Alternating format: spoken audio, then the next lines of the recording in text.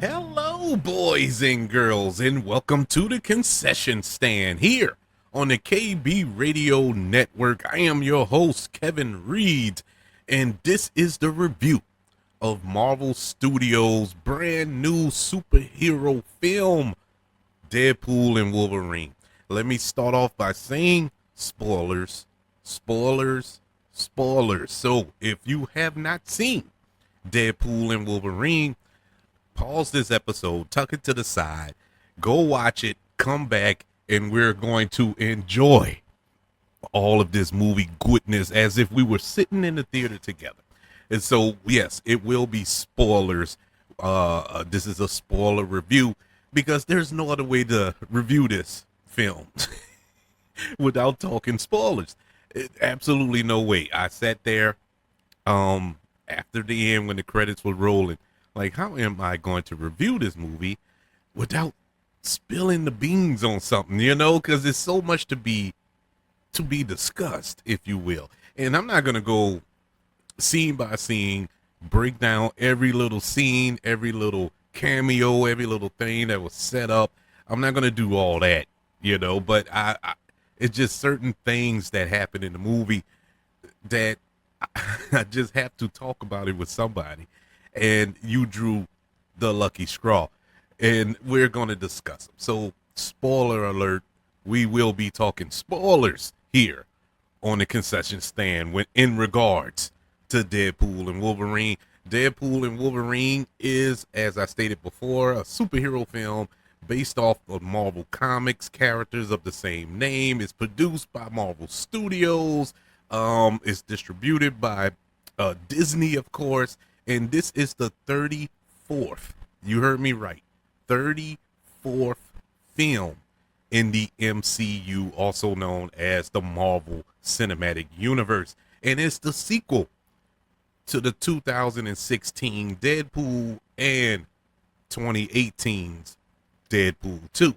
And so the film is directed by Sean Levy. Sean Levy, who has directed some pretty good films and brought us some really good TV shows as well.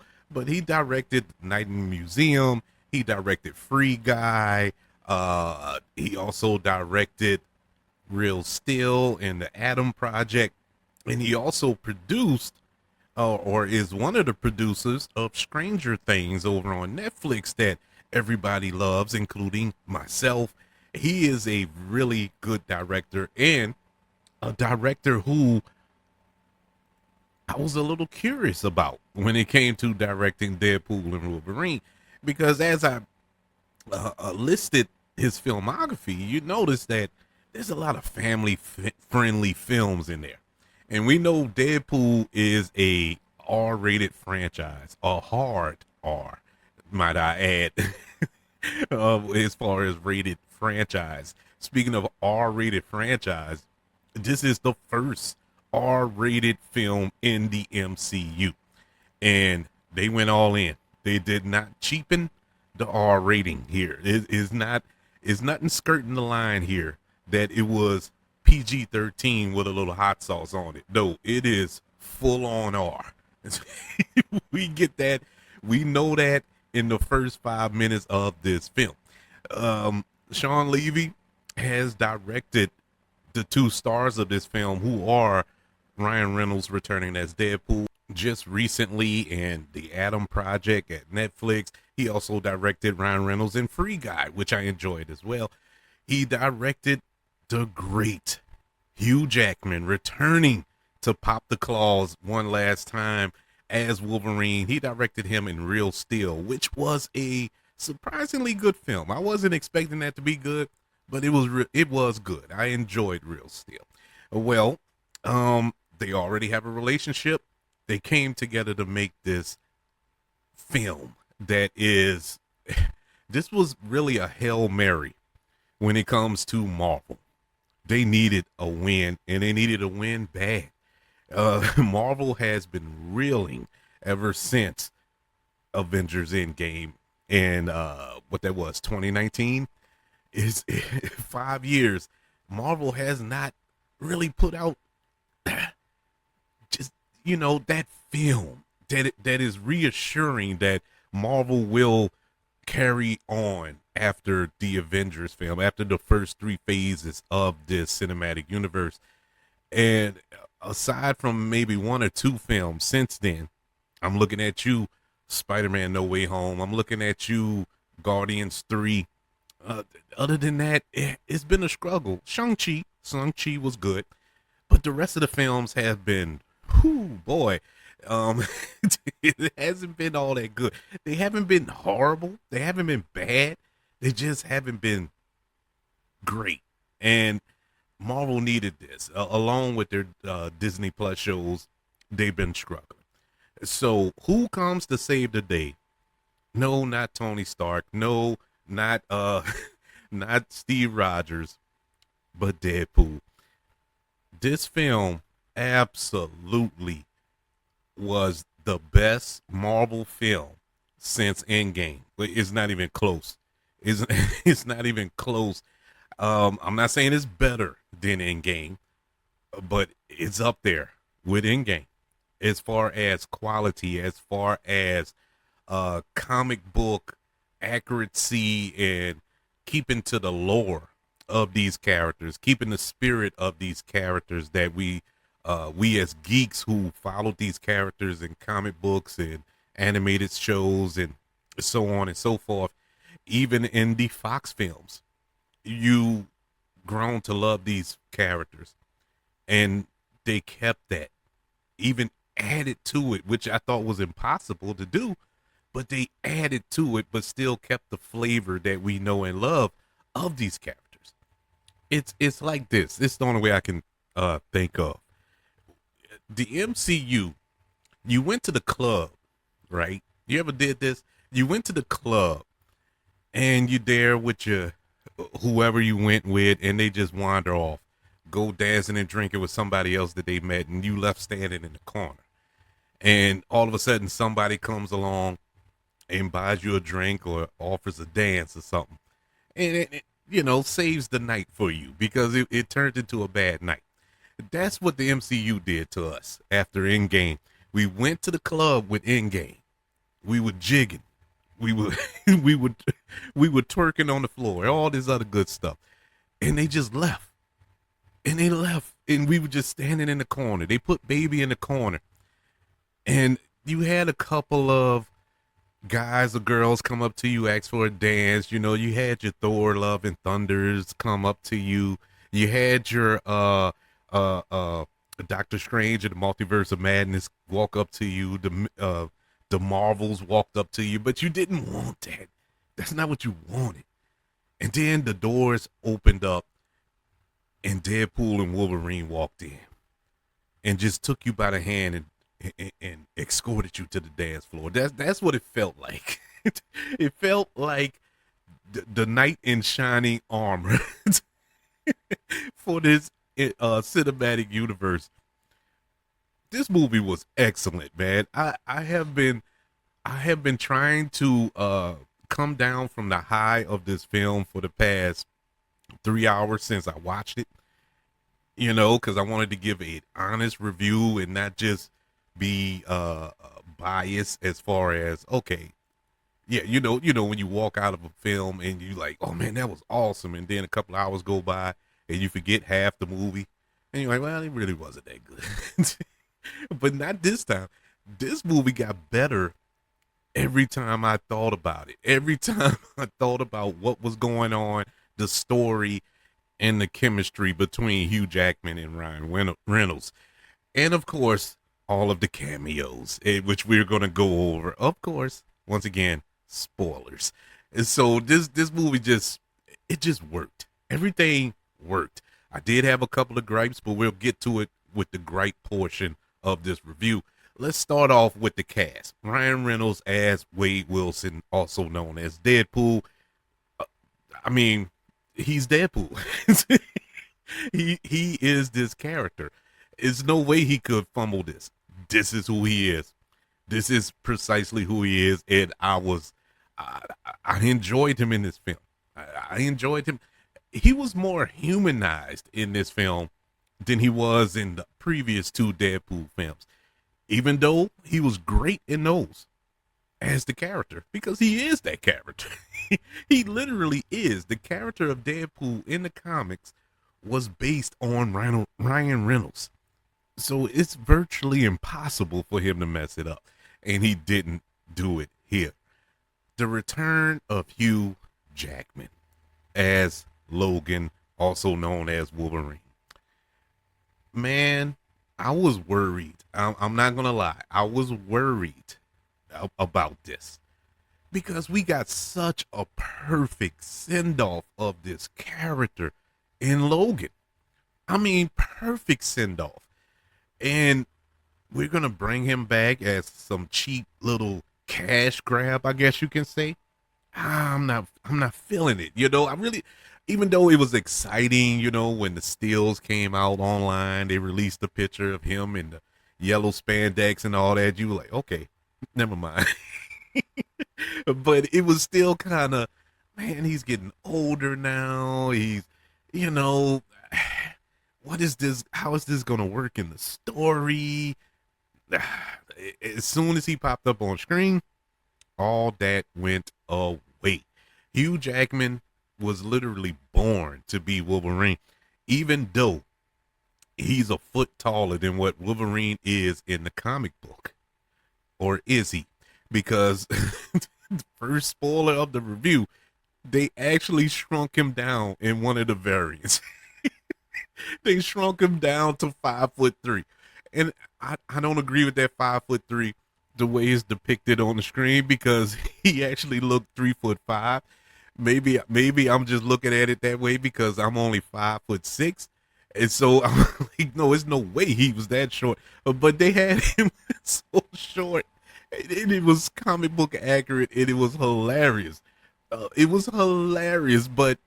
it enforced the fact why they changed certain things from the comics to the big screen. You can't have it that way. There's no way he could be that small on in these films. He'll be a joke just like he was in this movie. It would be a joke. But I still would prefer a shorter actor if you want to go accuracy wise, because that's part of his character, but Hugh Jackman finds a way after all these years, after 25 years, to perfect this character without that flaw, I guess you could say. But awesome. Awesome. He also played other variants of Wolverine. When we went through this montage, we saw Patch from the comics. We saw the wild, grungy Wolverine from the comics, the brown and orange suit from the comics who took on the Hulk, when the Hulk ripped him in half in the comic book. And all of these variants, beautifully done. That montage was like a nerd's wet dream, and it was mine. I was sitting there like a little schoolgirl, just I was all into it. It was beautiful to watch this stuff on the big screen. But Hugh Jackman jumped right back into that role, and this was a different Wolverine. This isn't the Wolverine that we saw in X-Men and X-Men Origins, thank God. But we, in all the other X-Men films, this was a different version of this character, a different variant of this character, and a different attitude. And it was more comic accurate. And I couldn't believe that he did it, How many different variations of this character can he do? We've seen it. It was what, 13 X-Men films over the past, even though Wolverine doesn't appear in all of them, but in the, I'm gonna say 10 films, I think there's a few different kind of emotional journeys that he goes on, but he actually switched it up here, but kept the core that we know and love from all of those films. The dude is amazing portrayal in this film. Swinging back to Sean Levy as a director, his direction in this film, I don't understand. I'm talking to myself now. I don't understand why I was doubting Sean Levy, because I love Sean Levy's films. I do. I just never pictured him in this type of, making this type of film. But he did it. He did it, and he pulled it off perfectly. The tone was great. The pacing was great. Everything worked.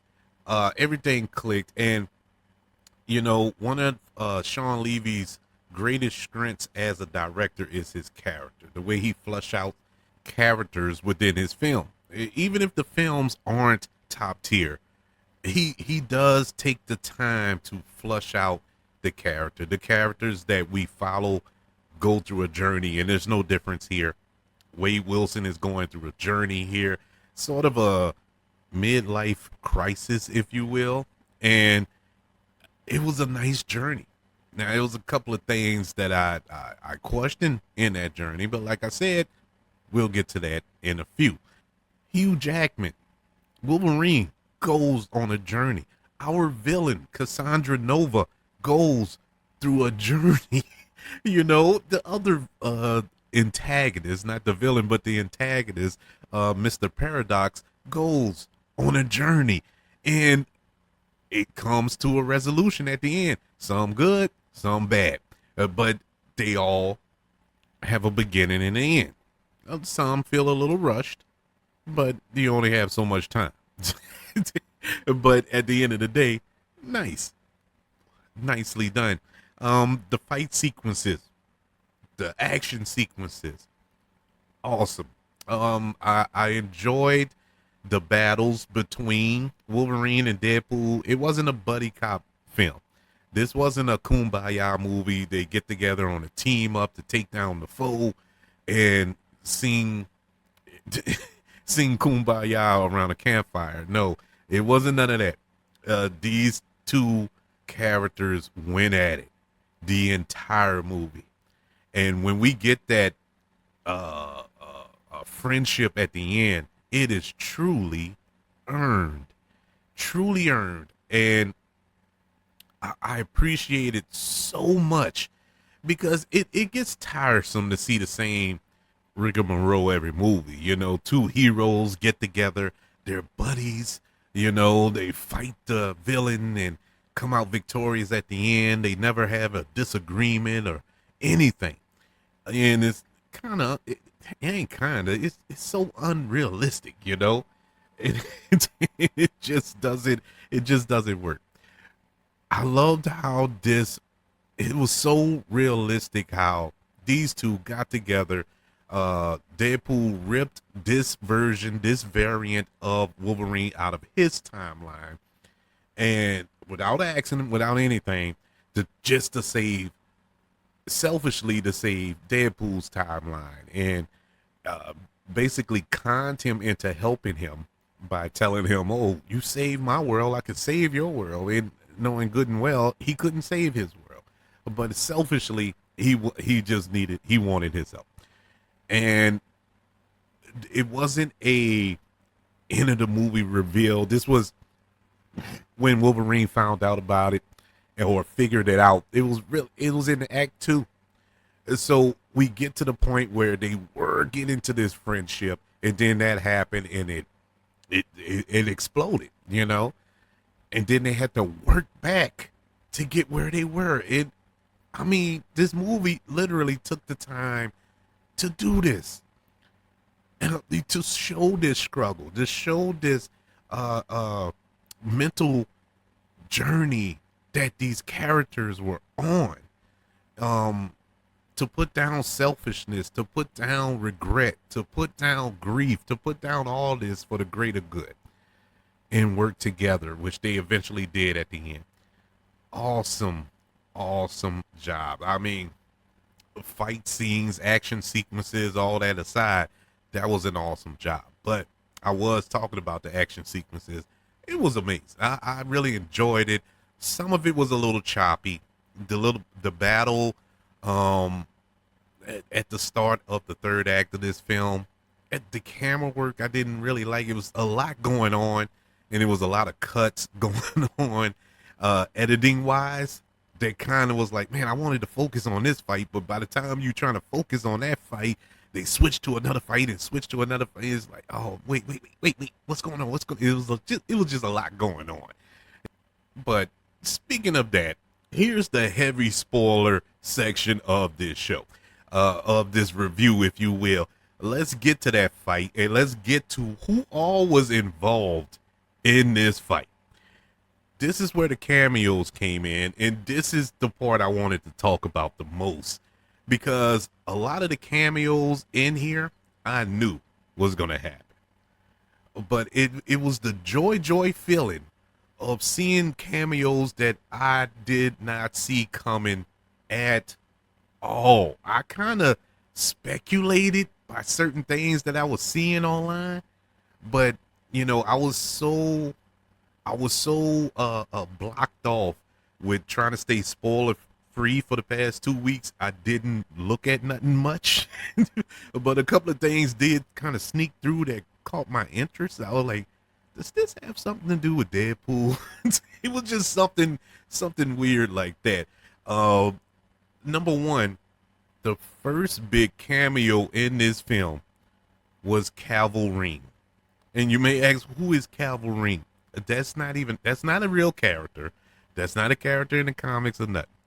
But it's a Wolverine variant who is actually Henry Cavill. Yes, Superman himself. Or at least from the DCEU, Man of Steel and Batman v Superman, that Henry Cavill, he played Wolverine in a variant, a variant of him, and I thought that was hilarious. That was the first time I just burst out laughing in the theater. If for anything, for the inside baseball aspect of it all, because I am, I remember when it was announced that it wasn't announced, it was leaked that he was talking to Marvel after he was, let go from the DC universe. They're doing a different thing. And he was talking to Marvel. So a lot of people, everybody was throwing out characters. Oh, he can play Captain Britain, or he can play Cyclops in the X-Men. He can play this. Everybody was throwing out characters he could possibly play in the MCU, only for it to be a variant of the Wolverine in Deadpool and Wolverine. I thought that was genius. It was absolute genius. And at that moment, I said, this movie, there's nothing that can happen in this movie that will destroy it, that I will find upsetting to the point that I wouldn't like it. And it didn't happen. And so it was facts, because I loved it. I loved that they did that. And they willing to go that far with it. How much further will they go? Well, they did go farther. We know, like I said, if you follow the entertainment news cycle, you knew years ago, when they were started filming this film, that Jennifer Garner has signed on to reprise her role as Elektra in this movie. I actually forgot about that, to be honest with you. And so I wasn't shocked when she showed up. I was just like, oh, that's right. And so it kind of caught me off guard a little bit, because I was expecting all of these cameos to come into play in this film. So I was like, wow, that's weird. How did I forget that? And then out of the blue, and God knows, when I say there was a cameo that I did not see and I thought I would never see, it was this one. Wesley Snipes returns as Blade. I mean, I literally clapped. I jumped up and clapped in the theater. And I was the only one. Everybody looking around like, what's his problem? But I was, I was like, this is brilliant. This is brilliant. Reason being, for the filming of Blade Trinity, which is the worst Blade movie, probably one of the worst comic book movies ever made. Ryan Reynolds also starred in that film as Hannibal King, alongside Wesley Snipes. There was a lot of speculation on them not getting along. They didn't like each other, didn't like working with each other. They'll never work with each other again. All of this, all of this, all of this. That leads me to what I saw online a few days ago where Wesley Snipes, he had started posting a lot of stuff about Blade on his social media. Because I follow him because I'm a fan. So I follow him. I'm like, man, he's putting a lot of Blade stuff online on his feed. Never read into it. I guess I'm an idiot. Never really read into it. Then he reposted a tweet about somebody saying how him and Ryan Reynolds didn't get along, and he retweeted it with another tweet where Ryan Reynolds said they got along fine. They were good friends and whatever the case may be. And he was like, yeah, media always try to make something out of nothing, whatever. I still never read into it. It went completely over my head. So when he popped up in here, I was like, oh my God, a single tear rolled down my cheek. I was amazed by it and so happy to see him back. And he finally looks old. He really looks old. Now in his little action scenes that he did in that fight that I was talking about, he still looks like Blade. He still has the moves. I mean, the dude is like a 500-degree black belt, so I still would mess with Wesley Snipes. But he does look old. But the line that he dropped was so meta. And he was like, I'm the one and only Blade, and there'll never be another Blade. I was like, wait, we're in a Marvel movie. We know Mahershala Ali is signed on to be Blade. Literally, supposedly, quote unquote, supposed to start filming this movie in the next couple of months, even though they don't have a director. But they're supposed to be starting to film this movie, but they just can't get it off the ground. And I'm looking at Wesley Snipes. Yeah, he looks a little old here, but you slap on a couple of layers of makeup there, I think he can still pull it off. I think he can still do it. But I still would love to see Mahershala Ali, but whatever the case may be. Never saw that coming. The one that I did see coming, but it was still a joy to actually see on the big screen, something that we were promised, 6-7 years ago, maybe even longer than that. Channing Tatum as Gambit in his comics accurate costume with that broken Cajun accent. It was just the most horrible accent. And this is somebody who's born and raised down here in old Cajun country. That was the worst Cajun accent.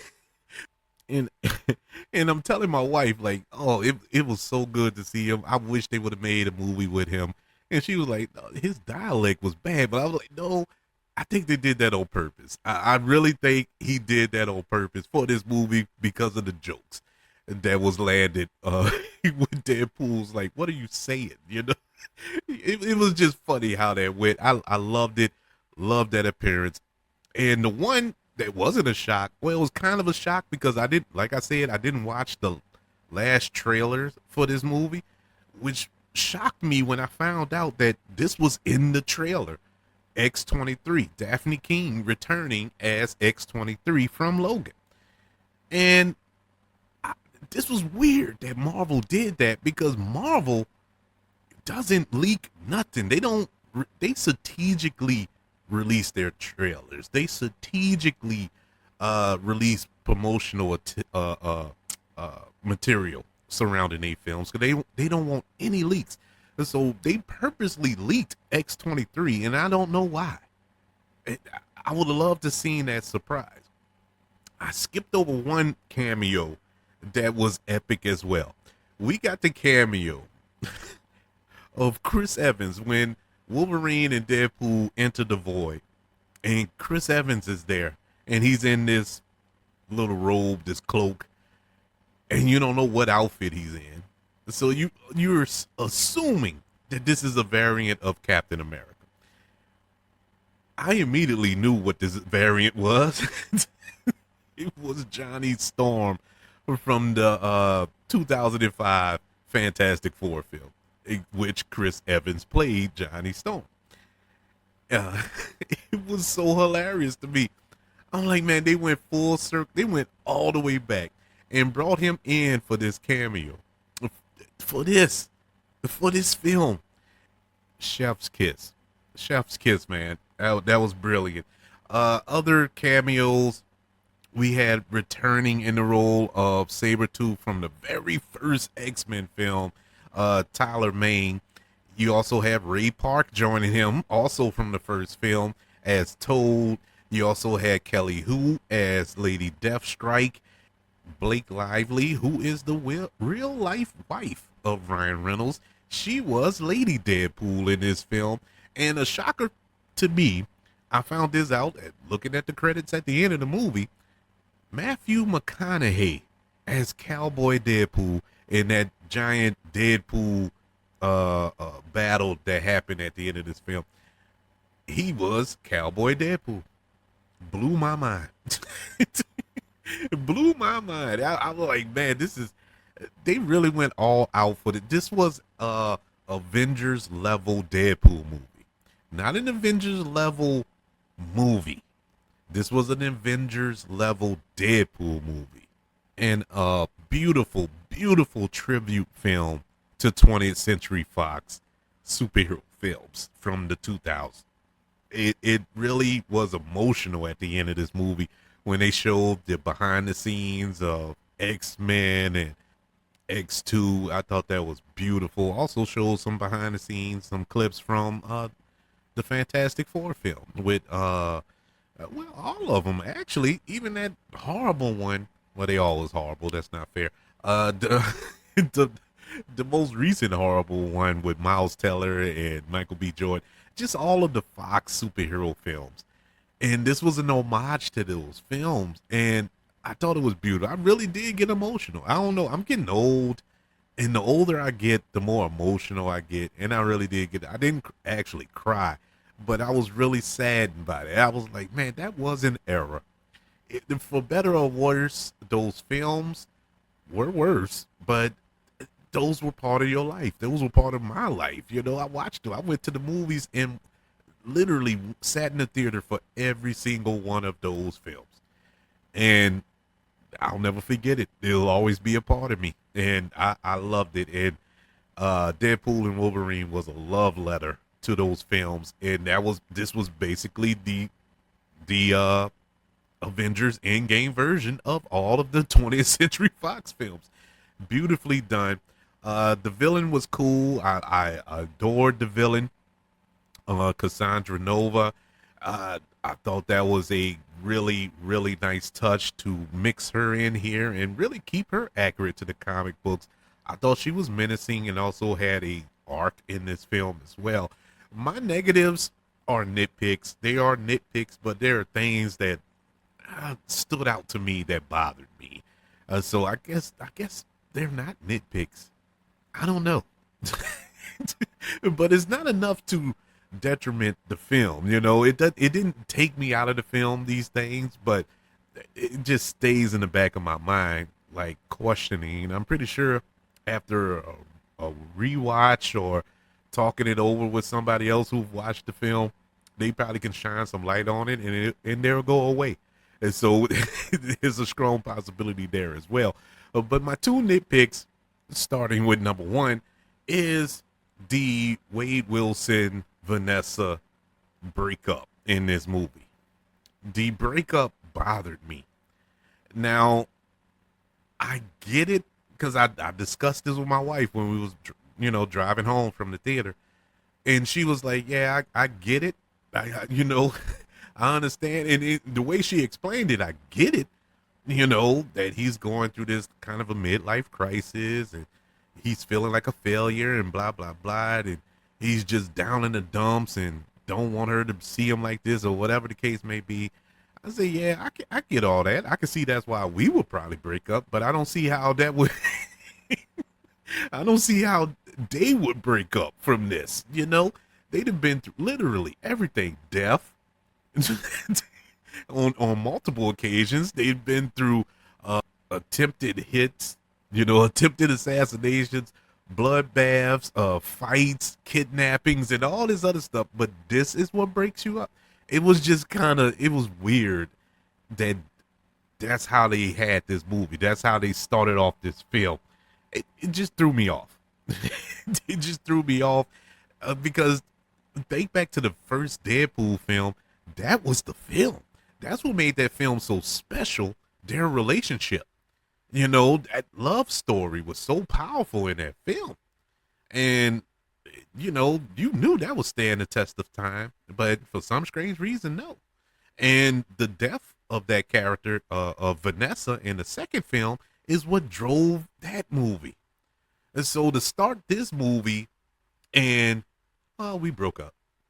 It just took me out. Now, like I said, the reasoning is sound for the layman, but not for them. It just didn't. It just bothered me. That's it all. And the other thing, my final nitpick, is the timeline in the beginning of the film. What timeline are we in? That's my only thing. What timeline? Because it starts off, you're in Earth 10005, right? And then he goes to Earth 616, which is the sacred timeline. That's the timeline with the MCU. And so he goes there. He has an interview with Happy Hogan, Jon Favreau reprising his role, and trying to join the Avengers, but he gets rejected and whatnot. And so that's Earth 616, the sacred timeline. And so after that meeting, when he's rejected, the very next scene, we flash a few months later, or years, I think. What was it, 6 years later? I think so, 6 years later, and we're back in Earth 1005. But the effects of Earth 616, what happened in that Earth, is affecting him on that Earth. You get what I'm saying? It didn't make sense logically to me. Now, it could have been explained in the movie and I missed it.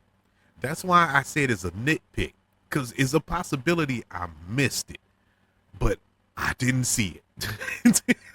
I didn't see it, and so I gotta ding it for that, because I'm like, what timeline are we on here?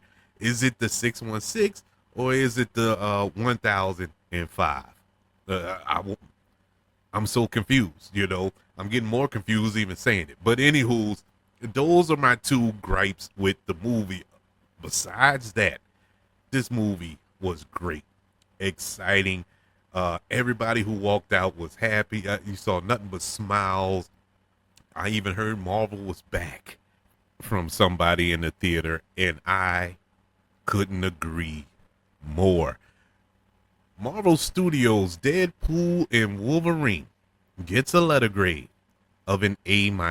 I love this movie. I cannot wait to watch it again. My wife was like, yeah, I want to see it again. It's one of those movies that you didn't want to end. You know what I'm saying?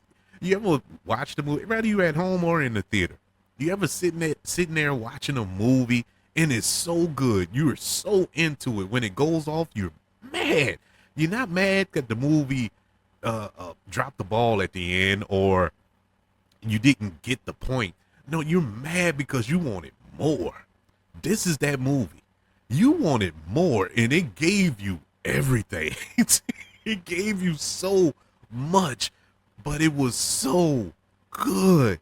You wanted more. Absolutely enjoyed this movie. I mean, my God, I can't wait to go again. I would go tomorrow if I wouldn't have spent $80 to go see it today. But it was money well spent. I am not mad at all. But I would like to know, do you think Marvel is back? Is this the film that has pretty much rejuvenated the MCU? Did you enjoy Deadpool and Wolverine?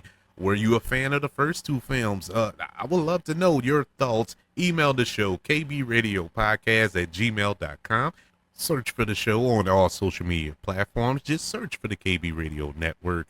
Also, ladies and gentlemen, don't forget about YouTube. Subscribe to the KB Radio Network channel on YouTube and like this video if you don't mind. Also, the 5 stars, the reviews, and sharing this show if you're listening on Apple Podcasts, Spotify, iHeartRadio, wherever you are currently listening to the concession stand here on the KB Radio Network. Everybody, thank you for joining me for the review of Deadpool and Wolverine. Can't wait to speak to you on the next go round. Want you all to know that I love you. Continue to love everyone. And until we speak again, you all be blessed.